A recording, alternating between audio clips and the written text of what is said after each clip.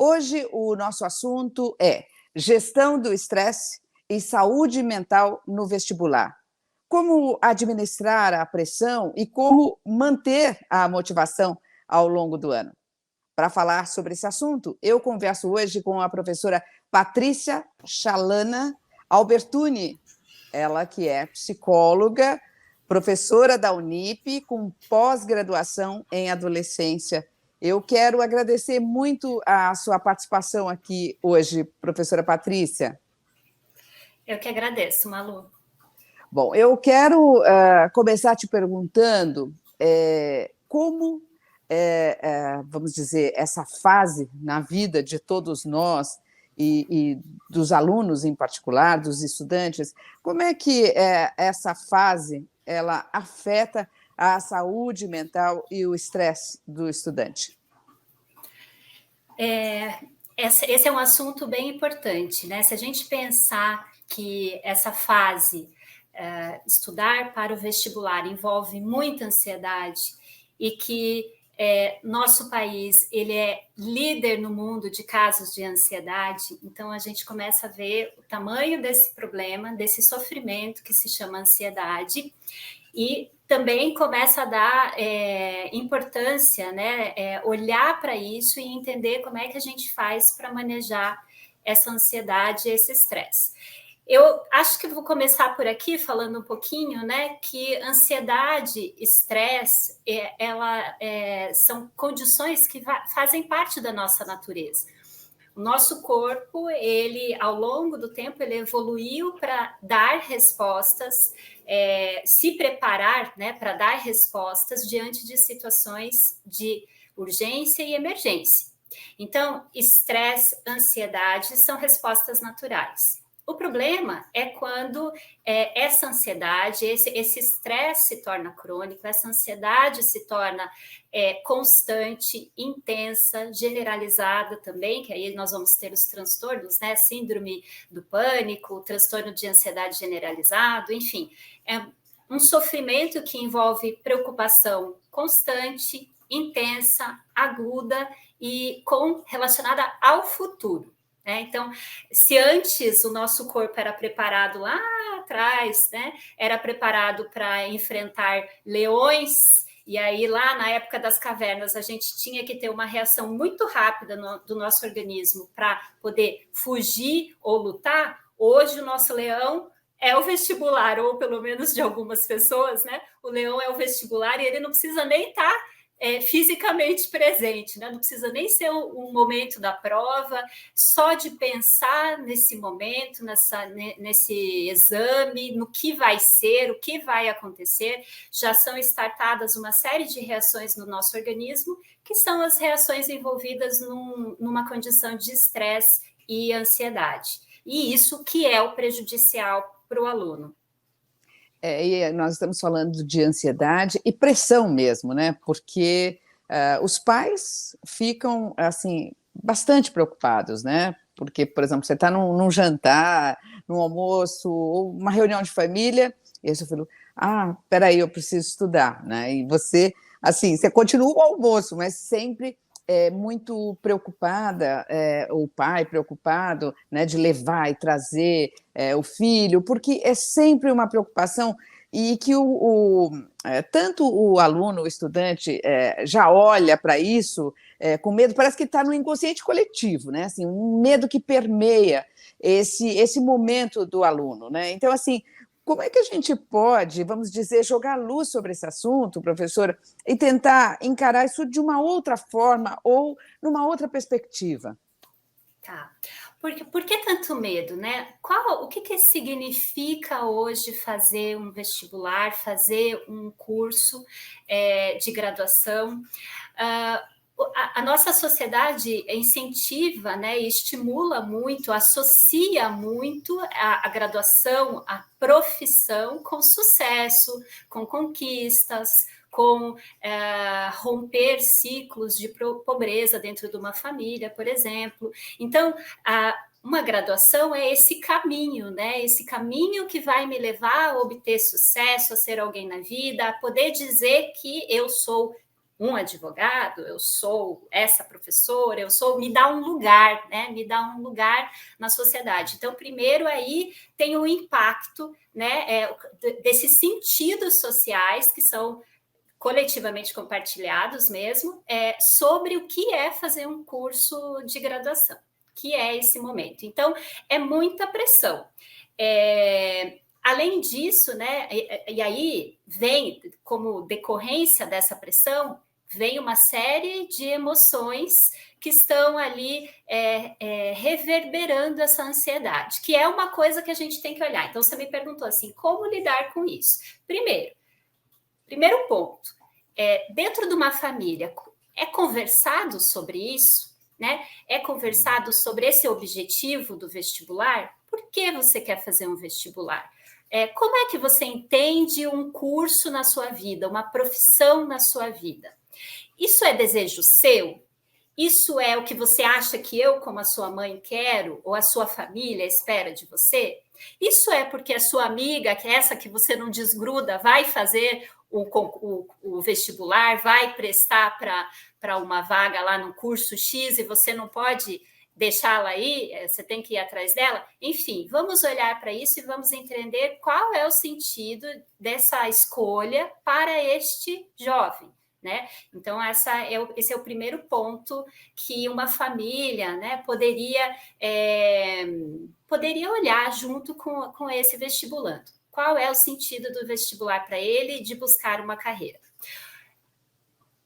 Agora, quando você fala de buscar uma carreira, eu fiquei pensando, né? Quer dizer, se você tem que jogar isso na mesa, né? Jogar à mesa, assim, passa também pela escolha da profissão, né? Então, você está ali, por exemplo, você quer fazer psicologia, né? Ou jornalismo, para pegar a minha e a sua profissão, né? Por que você quer fazer jornalismo? Onde que você quer chegar? Né? Essa motivação, assim, eu quero, por falta de opção, não sei, vou prestar, sei lá, qualquer outro curso, né? E às vezes não é assim, eu acho que se você tiver assim, olha, eu quero fazer isso porque eu preciso disso, eu preciso mostrar isso para o mundo. Talvez ele não verbalize exatamente assim, mas assim, ele tem que estar motivado pela escolha. Aí, motivado pela escolha, ele vai passar por um grau de sacrifício, uma fase muito difícil, que é o vestibular, é assim que está constituído, não é? Então, assim, essa conversa também passa pela profissão, não passa, Patrícia? Passa sim. E quando a gente fala de entender, né, esses sentidos das escolhas, a gente está falando de autoconsciência. Isso é importantíssimo. Importantíssimo para manejo de ansiedade, para manejo de estresse, para poder persistir naquilo que eu quero e não me deixar capturar pela procrastinação, uma coisa aí que é o fantasma desse momento, né? A procrastinação. Então, como não cair nas garras dela, né? Primeiro, autoconsciência. E aí, autoconsciência envolve o quê? Olhar para mim e saber o porquê das minhas escolhas. Por que eu estou escolhendo isso? Porque se eu não tenho minimamente uma consciência a respeito dos motivos que me levam a escolher isso, eu não consigo efetuar um compromisso consistente com a minha prática diária. E isso é terrível para o vestibulando, porque o que ele precisa é de compromisso com o planejamento dele. E um planejamento que vai levar até um objetivo que ele mesmo deveria ter sido ele mesmo que traçou. Mas isso a gente está tão mergulhado nessa sociedade que, né, dá muitos indicativos do que espera de nós, e a família acaba, porque estamos todos mergulhados nesse discurso que é coletivo, é nosso, né? Que às vezes a gente vai indo com o fluxo das águas, mas não para dizer assim, peraí, eu estou indo por que mesmo? Para onde mesmo? O que eu quero com isso? O que isso diz de mim? Então, por isso a importância da autoconsciência, para ele fazer. Talvez ele não consiga fazer isso sozinho, ele vai precisar da família para ajudá-lo a fazer essas reflexões, né? Agora, você falou a palavra procrastinação, né? Quer dizer, eu já conversei já há muito tempo, né, lidando com a área da educação, e aí já quantos alunos, né? Quando a festa dos aprovados eu já não fiz, e sempre conversando, né? E sempre uma pergunta que eu faço como é que seria o passo, o grande passo, qual é a chave para se chegar nesse momento, né?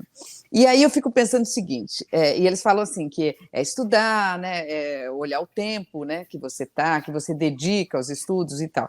Aí eu queria pegar essa fala do aluno na festa dos aprovados com o dia a dia, né, quer dizer, agora, trazendo à luz da psicologia, Patrícia, quando você, vamos dizer, você não se dá bem, pegando uma questão bem prática mesmo, né? Então, sei lá, você não gosta de ler ou não gosta de matemática, então você deixa para depois, isso que eu vou fazer depois, vou ler primeiro, porque eu adoro ler. Ou o contrário, né? Eu vou fazer aqui todos os exercícios de matemática, de física, química, e vou deixar para ler depois, né? Assim, e o ato de procrastinar, né? O que está contido quando você deixa um assunto para depois? Uhum. Muitos fatores, né? Muitos fatores, cada pessoa vai ter que entender qual é o seu. Então, por exemplo, pessoas muito perfeccionistas tendem a cair assim facilmente nas garras da procrastinação, porque é tudo tão é uma exigência tão grande, né? Eu tenho que ser tão perfeito, eu tenho que fazer aquilo daquele jeito, se não for daquele jeito, eu me frustro, que eu vou jogando com a barriga, né? Vou empurrando com a barriga, eu vou deixando de fazer, vou fazendo, às vezes, como você disse, o mais fácil, o que eu domino melhor, e aquilo que me causa mais medo ou que me dá mais insegurança, porque eu percebo que eu tenho mais dificuldade de estudar, por exemplo, eu vou deixando, porque eu vou dar de cara com a minha falta, com o meu limite quando eu for estudar aquilo, e não posso, porque eu tenho que ser perfeito. Então, o perfeccionismo é um dos motivos que leva à procrastinação, mas não é o único, Malu, né? Existem, aí, por isso que né, do jovem ali do João, né? Vamos entender como é que o João planeja o seu dia, como é que ele se deixa capturar na procrastinação. Será que ele tá lá muito cansado e de repente diz, eu vou descansar só um pouquinho, e abre as redes sociais, que hoje é uma armadilha, né? E aí, quando ele vê, eu escuto muito isso no consultório, nossa, quando eu vi, já passou 2 horas, e eu estava lá, e sem fazer nada, e daí vem a culpa, porque daí é um círculo vicioso, né? A culpa que gera ansiedade, porque eu não estudei o que eu devia ter estudado, e isso me estressa, aumenta a minha irritabilidade, que me enche meu organismo de cortisol e adrenalina, que me dá mais irritação, mais ansiedade, e não tem fim. Então, mas por que você abriu isso, né? Nesse momento, as redes sociais? Ele precisa ter consciência do que ele está fazendo. Como é que ele está lidando com as escolhas dele? Ele escolheu estar estudando para, né, passar no vestibular. Como é que ele lida? Com compromisso, com obrigação, porque o jovem, a criança, o jovem foram ensinados muitas vezes, né, na nossa sociedade, a gente tem essa questão de ensinar através da obrigação. Então, assim, não, você tem que fazer isso porque você é obrigado, você precisa, isso é necessário, tem que fazer. E aí, meio que nisso se perde o sentido para esse que faz, que está crescendo, né, fazendo coisas porque me mandaram. Mas qual é o sentido de eu fazer isso mesmo? Por que eu estou fazendo? De que forma isso me toca? Como é que eu posso fazer? Tem um jeito que é só meu de fazer ou tem que ser do jeito que estão me mandando? O jovem, nesse momento, ele já pode, né, o vestibulando pode olhar para essas coisas e dizer, peraí, eu tenho o meu próprio jeito de estudar. E aí eu vou esquematizar isso de uma forma que eu cumpra meu objetivo e não me deixe capturar por essas armadilhas, né? Então, é o autoconhecimento. A gente vai falar muito essa palavra aqui, autoconhecimento, autoconsciência. Olha, e eu jogaria mais uma palavra aí também, que é uma palavra que está me ajudando muito a fazer um curso que eu estou fazendo aí, online e tudo, mas assim, a organização, né? Eu acho que essa organização também ajuda muito, porque assim, eu assumi um compromisso e eu cumpro ali o dia inteirinho, né? Mas assim, aquele tempo de estudar, porque senão, se você deixar, você entrou ali, você tocou na questão das redes sociais, é só para descontrair um pouquinho. Não, quando você vê 1 hora, 2 horas, você está ali, né? Então, assim, eu acho que ter essa determinação, mas com organização, eu acho assim, não é vamos dizer, uma forca, né? Porque, mas assim, olhar também, eu acho que você está desmistificando algumas expressões, mas assim, desmistificar essa coisa dura que tem a organização e a disciplina, né, Patrícia? Não, eu preciso me organizar, eu tenho que ter uma rotina, eu tenho que ter um cronograma de estudo, eu tenho um propósito. E aí eu estou comprometido, envolvido por esse propósito, mas como é que eu vou caminhar por esse caminho? Né? Porque a gente olha assim o vestibulando, né? Nossa, eu quero passar no vestibular. Muito bem, isso é lá na frente. Isso é o futuro. O futuro não é real, ele não está aqui. O que você tem é o presente. E para chegar lá é uma caminhada. Como é que você vai andar por esse caminho? E isso é a organização, isso é o planejamento. Planejar o dia. Não é exagero, não, Malu. O que eu vou fazer na segunda? Eu vou estudar o quê? E não estou dizendo também que tem que ser uma coisa, nossa, eu tenho que ter 8 horas de estudo, 10 horas de estudo. Não é isso, porque o equilíbrio aqui é imprescindível. Eu tenho que ter o meu momento de parar para o lanche, parar para respirar, parar para meditar, se for o caso, parar para colocar outras atividades que deem façam uma oxigenada, vamos dizer assim, naquele movimento que eu estou de ficar muito concentrado, muito atento ali, estudando, né, numa atividade mental muito intensa, eu preciso colocar alguns espaços, algumas pausas, mas isso tem que estar dentro do planejamento, senão eu me deixo cooptar mesmo, me deixo ser roubado aí desse meu projeto, que é tão importante para mim. Então, planejamento é fundamental. Agora, tem uma pergunta que eu só vou poder fazer para uma psicóloga mesmo. Mas, assim, eu tenho a impressão, e isso, assim, da minha vivência, professora, que mesmo no tempo que eu não estou ali focada na escrita ou no que eu tenho que fazer para esse curso, eu sinto que o meu subconsciente, ele está ali, de alguma forma, me ajudando, porque às vezes vem um insight, vem uma intuição, e aquilo tudo me ajuda lá na frente, ou me ajuda no outro dia. Então, assim, o tempo que você está ali tomando água, ouvindo uma música, tocando um violão, ou lendo, o que quer que seja, mas você também está trabalhando, né? Só que não da forma esperada, né? O que a psicologia diz sobre isso?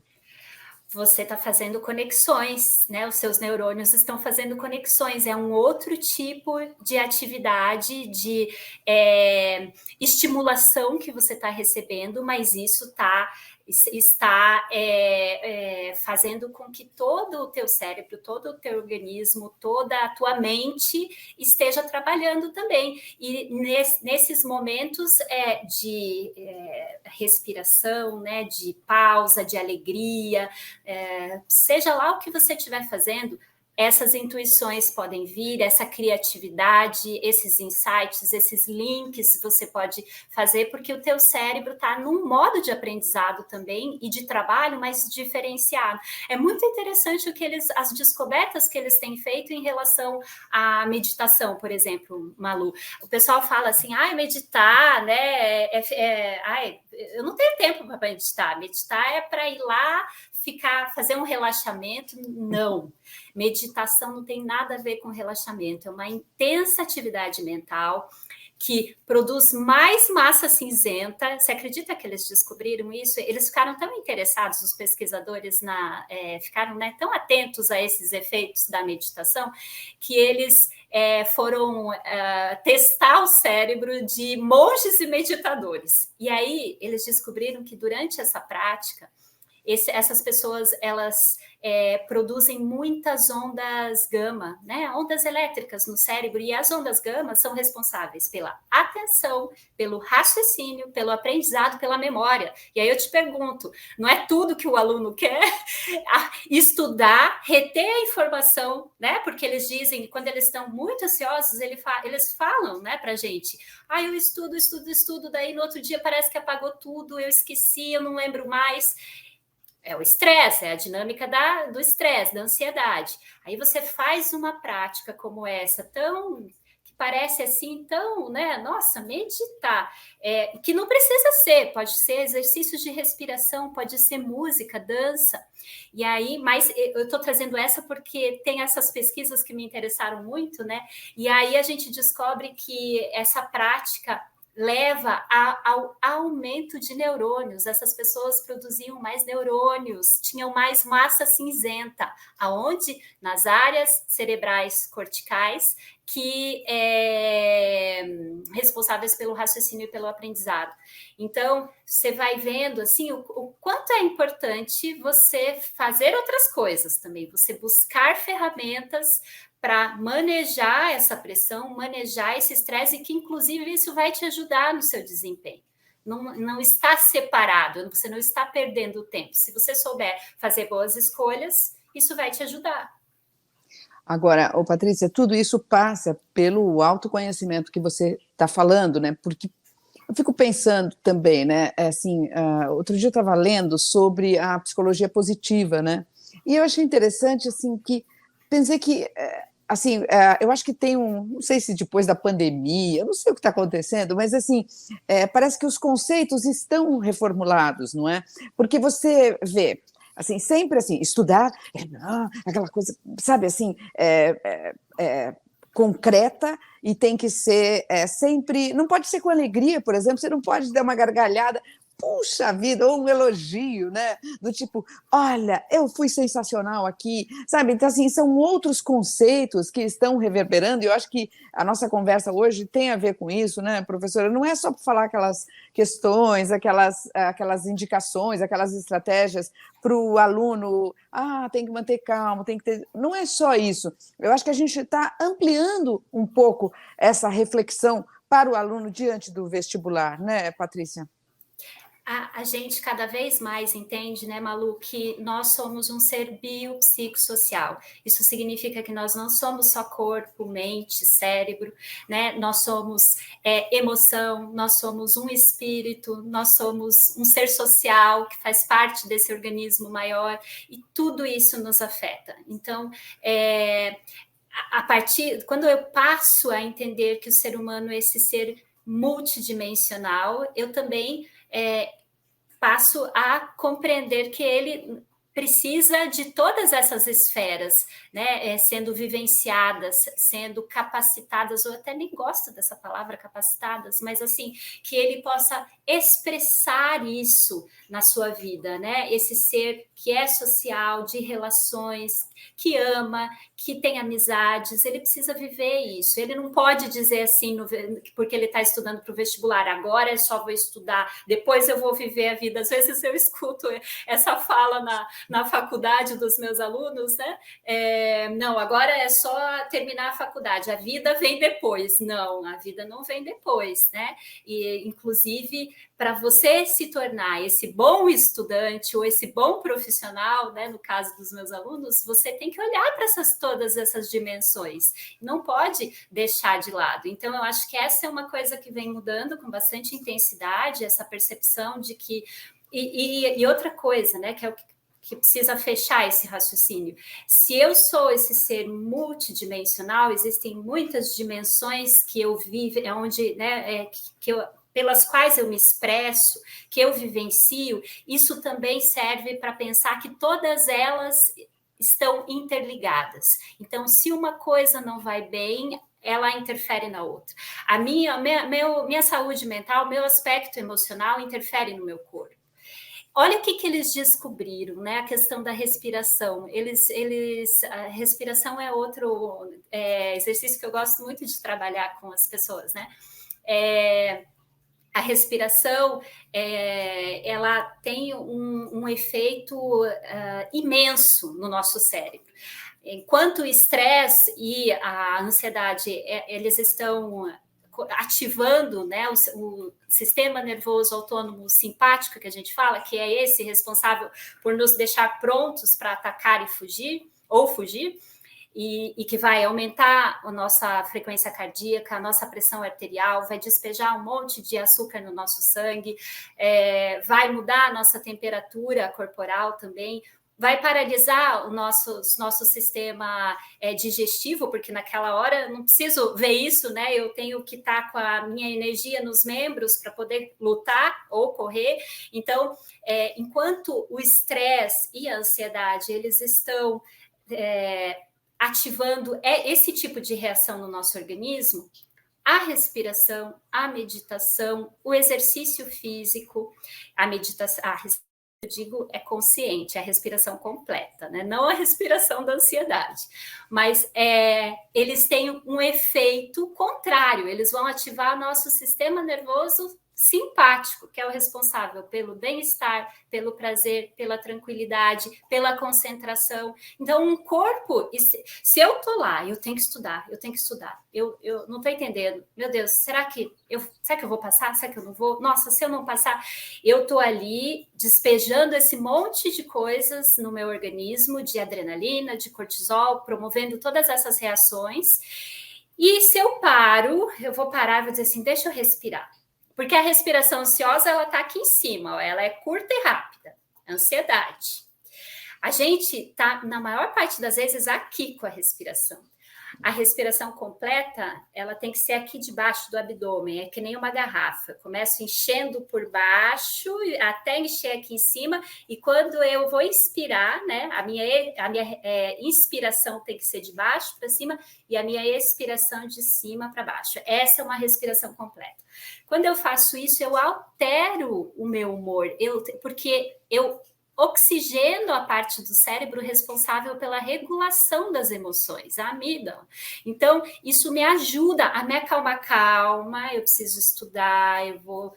Calma, né? Eu tenho que olhar para esse momento é português, ou então calma, né? Chega de estudar agora, deixa eu dar uma voltinha ali, falar com alguém da casa, depois eu volto, nesse momento não dá mais para continuar. Então, eles descobriram, que era o que eu ia te contar, né? Que eles puseram pessoas assistindo filmes, e filmes que desencadeavam emoções, tristeza, raiva, alegria. E eles perceberam que cada uma dessas emoções tinha um determinado tipo de respiração, né? Desencadeava um tipo de respiração, na alegria, na tristeza, na raiva. E aí eles fizeram o inverso e descobriram que ele é real. Ou seja, se você respira naquele padrão que você estava respirando quando você via imagens tristes, ou imagens de medo também. Então, se você respira dentro daquele padrão, você sente aquelas emoções com ausência de imagens ou de situações. Então, a respiração, não é à toa que psique significa alma, espírito, mas também respiração, sopro, né? Então, a nossa mente, olha, o nosso ser, né? Como é que ele está ligado com essa questão de respirar? Eu posso deixar de comer, assim, por certo tempo, até né? Vários dias, eu posso ficar... tanta gente que faz jejum, eu posso ficar um tempo sem tomar água, mas eu não posso ficar sem respirar, né? A respiração faz parte do nosso eu, ela é um organizador, ela me captura lá do futuro, que eu estou preocupado, pensando o que vai ser, e o que vai ser eu nunca vou saber, só de fato quando for. Então, é uma preocupação, né, que não vai me levar a lugar nenhum, mas eu tô lá no futuro. A respiração correta me coloca aqui onde eu tô. E aí, eu me centro. O que eu tô fazendo? O que eu tô sentindo? Qual é o meu propósito mesmo? Eu me reorganizo. Então, eu acho que a gente tem que olhar para tudo isso. Bom, Patrícia, acho que a gente está falando para o vestibulando e está falando também para o restante da população, né? Porque é bem isso mesmo. Enquanto você falava, eu fiquei aqui respirando e pensando. Agora, eu queria tocar num outro assunto também, que outro dia, eu conversando com um aluno, ele ainda vai fazer o vestibular no ano que vem, mas assim, ele tocou num assunto que me chamou muita atenção. Ele disse, às vezes eu me sinto com a síndrome do impostor, né? Eu não sei se eu sinto, se eu tenho tudo isso, se tudo isso é meu e tal, assim... isso também passa com frequência pela cabeça, pelo coração e a alma de um aluno nessa fase? Pode passar, sim, né? Síndrome é um conjunto de sinais e sintomas, né, que tem uma causa muito variada e não definida também, muitas vezes. E o estudante pode ter isso, sim, né? Pode sofrer dessa síndrome. Então, o que seria isso? Eu me sinto incapaz, eu me sinto insuficiente. E eu conto para mim, eu tenho crenças, né? Eu conto para mim mesmo que aquilo que eu conquistei, aquilo que eu obtive, como consequência das minhas próprias atitudes, foi mero acaso. Foi uma peça do destino, foi que pregou, né, em mim. Foi uma coincidência, foi sorte. Então, eu tenho crenças, né, de que eu, de fato, não tenho essa capacidade e que alguém pode descobrir isso. Então, eu sou uma fraude e estou prestes, ou posso estar prestes a ser descoberta. Isso gera uma autovigilância, em primeiro lugar, né? Eu estou sempre cuidando das minhas atitudes, cuidando do que eu faço, do que eu penso, também do que o outro pensa sobre mim, porque eu posso ser descoberto. Isso também leva a uma intolerância com... Primeiro, eu sou muito crítico com os meus próprios erros. E aí isso leva a uma intolerância com relação aos erros do outro. E aí já vem um problema aí de relacionamento, né? São pessoas que podem ser muitas vezes difíceis no relacionamento, porque são muito perfeccionistas. Aqui entra o perfeccionismo bem nessa síndrome, né? Porque já que eu sou incapaz, já que eu sou insuficiente e ainda talvez não perceberam, eu tenho que ser perfeita, não posso errar. E aí o outro também, eu não tolero que o outro erre, né? Isso pode muito acontecer, né, com os vestibulandos, sim. É muito sofrimento, gera frustração, gera infelicidade, pode levar ao isolamento, pode levar à depressão, uma síndrome, né, que a gente precisa olhar para isso.